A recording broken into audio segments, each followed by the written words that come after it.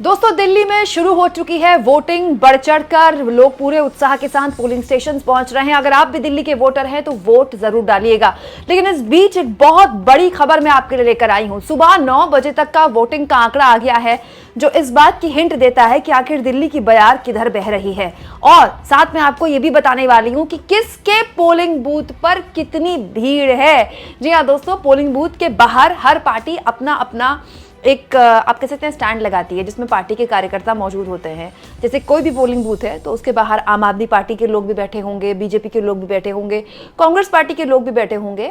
और वो जो लोग होते हैं वो अपने जो वोटर हैं उनको मदद करते हैं कि आपको कोई दिक्कत ना हो वोटिंग करने में। वो पोलिंग बूथ नहीं होता, वो बेसिकली पोलिंग बूथ से थोड़ा दूर होता है। वो हर पार्टी को अधिकार है ऐसा करने का। दोस्तों, ऐसे जो सेंटर्स लगाए गए हैं अलग अलग पार्टियों द्वारा, उनकी तरफ से अब एक कुछ फोटोज भी सामने आई हैं जो इस बात का इशारा कम से कम कर रही हैं कि दिल्ली में सुबह सुबह वोटिंग का क्या हाल है। देखिए, आम आदमी पार्टी ने जंगपुरा की ये फोटो शेयर की है। 2 फोटोज शेयर की आम आदमी पार्टी ने, जिसमें आम आदमी पार्टी के लोग जहां पर बैठे हुए हैं, आम आदमी पार्टी के कार्यकर्ता, वहां पर लोग खूब आ रहे हैं उसके बाद, ताकि वो वोट डाल सके।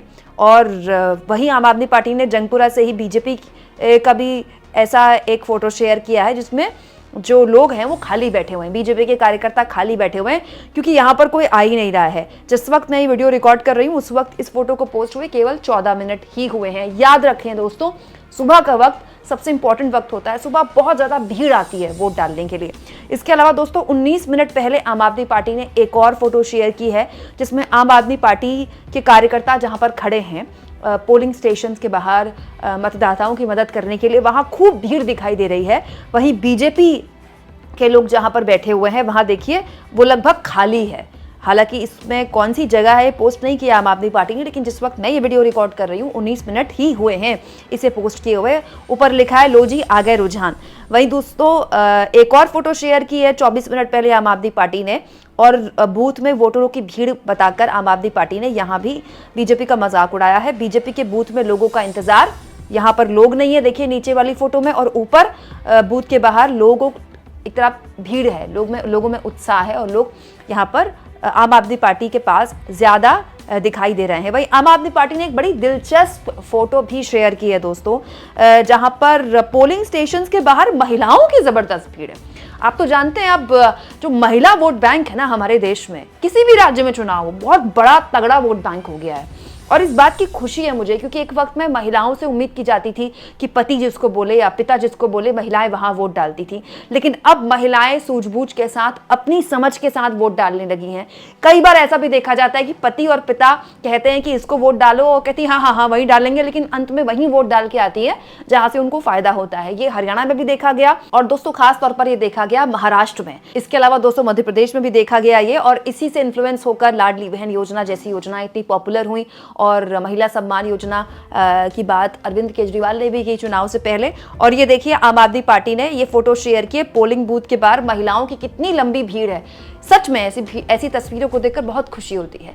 जिस देश में महिलाएं लोकतंत्र के महापर्व को लेकर इतनी उत्साहित हों, उस देश के लोकतंत्र का भविष्य बहुत उज्जवल होता है दोस्तों। महिलाओं का बढ़ चढ़कर पोलिंग स्टेशन पहुंचना बहुत जरूरी है, इनफैक्ट सबका बहुत जरूरी है। अब पोलिंग स्टेशन के बाहर भीड़ की बात हो ही रही है और तस्वीरों की बात हो ही रही है, तो कुछ तस्वीरें मैं आपको दूसरे पक्ष की तरफ से भी दिखाती हूँ दोस्तों। अब आम आदमी पार्टी ने ऐसी फोटोज शेयर की जहां पर पोलिंग बूथ के बाहर जो बीजेपी वाले हैं वहां इंतजार कर रहे हैं, वहां कोई आ नहीं रहा है, तो बीजेपी भी उस अभियान में कूद गई। जिस वक्त मैं ये वीडियो रिकॉर्ड कर रही हूँ 3 मिनट पहले बीजेपी दिल्ली के सोशल मीडिया हैंडल एक्स से ये वीडियो शेयर किया गया है। दोस्तों इस वीडियो में देखिए, जो जहां पर बीजेपी के कार्यकर्ता बैठे हुए हैं वहां काफी भीड़ है। और दोस्तों बीजेपी की इस वीडियो का दावा है कि आम आदमी पार्टी के जो कार्यकर्ता बैठे हुए हैं लोगों की मदद करने के लिए, वो बिल्कुल खाली बैठे हुए हैं, वहां कोई नहीं आया हुआ है। इसके अलावा दोस्तों 14 मिनट पहले ये वीडियो शेयर किया गया है जहां पर आम आदमी पार्टी के जो लोग बैठे हुए हैं यहाँ भी खाली दिखाई दे रहे हैं। आपदा के खाली पड़े हैं काउंटर, ये कहा है बीजेपी ने कि आपदा यानी कि आम आदमी पार्टी के काउंटर खाली पड़े हैं। और एक और तस्वीर बीजेपी ने आम आदमी पार्टी को जवाब देते हुए यहाँ पर शेयर कर दी कि आम आदमी पार्टी के डेस्क यहाँ भी खाली पड़े हैं, ये बीजेपी का दावा है। और बीजेपी के जो डेस्क हैं यहाँ भी खाली पड़े हैं, ये बीजेपी का दावा है। मतलब बीजेपी का दावा है कि बीजेपी के जो काउंटर्स हैं वहाँ पर लोग ही लोग आ रहे हैं, आम आदमी पार्टी के काउंटर में कोई झांकने तक नहीं आ रहा है। तो दावे सबके अपने अपने हैं, बातें सबकी अपनी अपनी हैं। दोस्तों सुबह से वोटिंग शांतिपूर्ण तरीके से बढ़िया से चल रही है दिल्ली में। तो सुबह 9 बजे तक का जो वोटिंग का आंकड़ा आया है, सुबह 9 बजे तक सबसे ज्यादा वोटिंग मुस्तफाबाद विधानसभा क्षेत्र में हुई है। ये बहुत इंपॉर्टेंट इलाका है और बड़ा हाई प्रोफाइल इलाका बन के ये रह गया।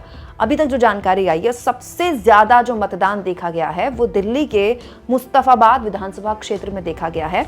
ये वो इलाका है दोस्तों जहां AIMIM ओवैसी की पार्टी ने दिल्ली दंगों के आरोपी ताहिर हुसैन को टिकट दिया था।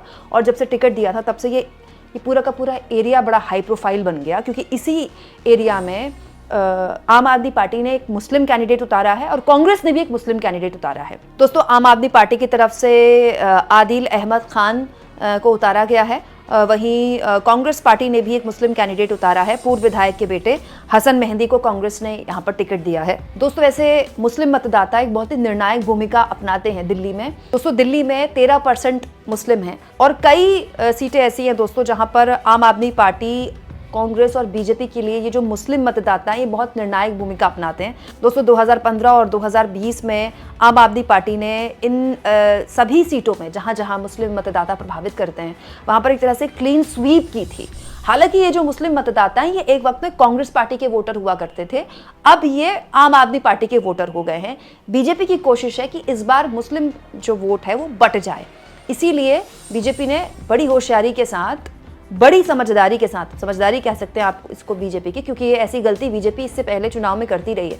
आप देखिए दिल्ली में उस तरह का हिंदू मुसलमान नहीं हुआ है जिस तरह का खुलेआम महाराष्ट्र और हरियाणा में बीजेपी हिंदू मुसलमान करती है। बटेंगे तो कटेंगे के नारे नहीं लगे। उसका रीज़न दोस्तों ये है कि जब जब ऐसा होता है, सीधे सीधे हिंदू मुसलमान होता है चुनाव, तो आम आदमी पार्टी को एक मुश्त मुस्लिम वोट मिल जाता है, जिससे वो उन सीटों में क्लीन स्वीप कर जाती है, उससे बीजेपी को नुकसान होता है। इस बार बीजेपी ने अपनी रणनीति बदली है और उसने उतना बहुत हार्ड लाइन हिंदू मुसलमान, बहुत सांप्रदायिक नहीं किया चुनाव को। वो चाहती है, बीजेपी चाहती है कि जो वोट है मुस्लिम मतदाताओं का वो बट जाए, थोड़ा कांग्रेस को मिल जाए, थोड़ा ओवैसी के कैंडिडेट को मिल जाए, थोड़ा आम आदमी पार्टी को मिल जाए, जिससे ऐसा जब होता है, जब एक मुश्त कोई वोट होता है जो एक पार्टी को नहीं मिल रहा है और बट रहा है, तो फिर बीजेपी को उस सीट में फायदा हो जाता है। उत्तर प्रदेश के चुनाव में भी हमने ये देखा, लोकसभा चुनाव में भी हमने ये देखा, और बीजेपी की ये कोशिश है कि दिल्ली चुनाव में भी इस बार वो ऐसा खेल कर ले।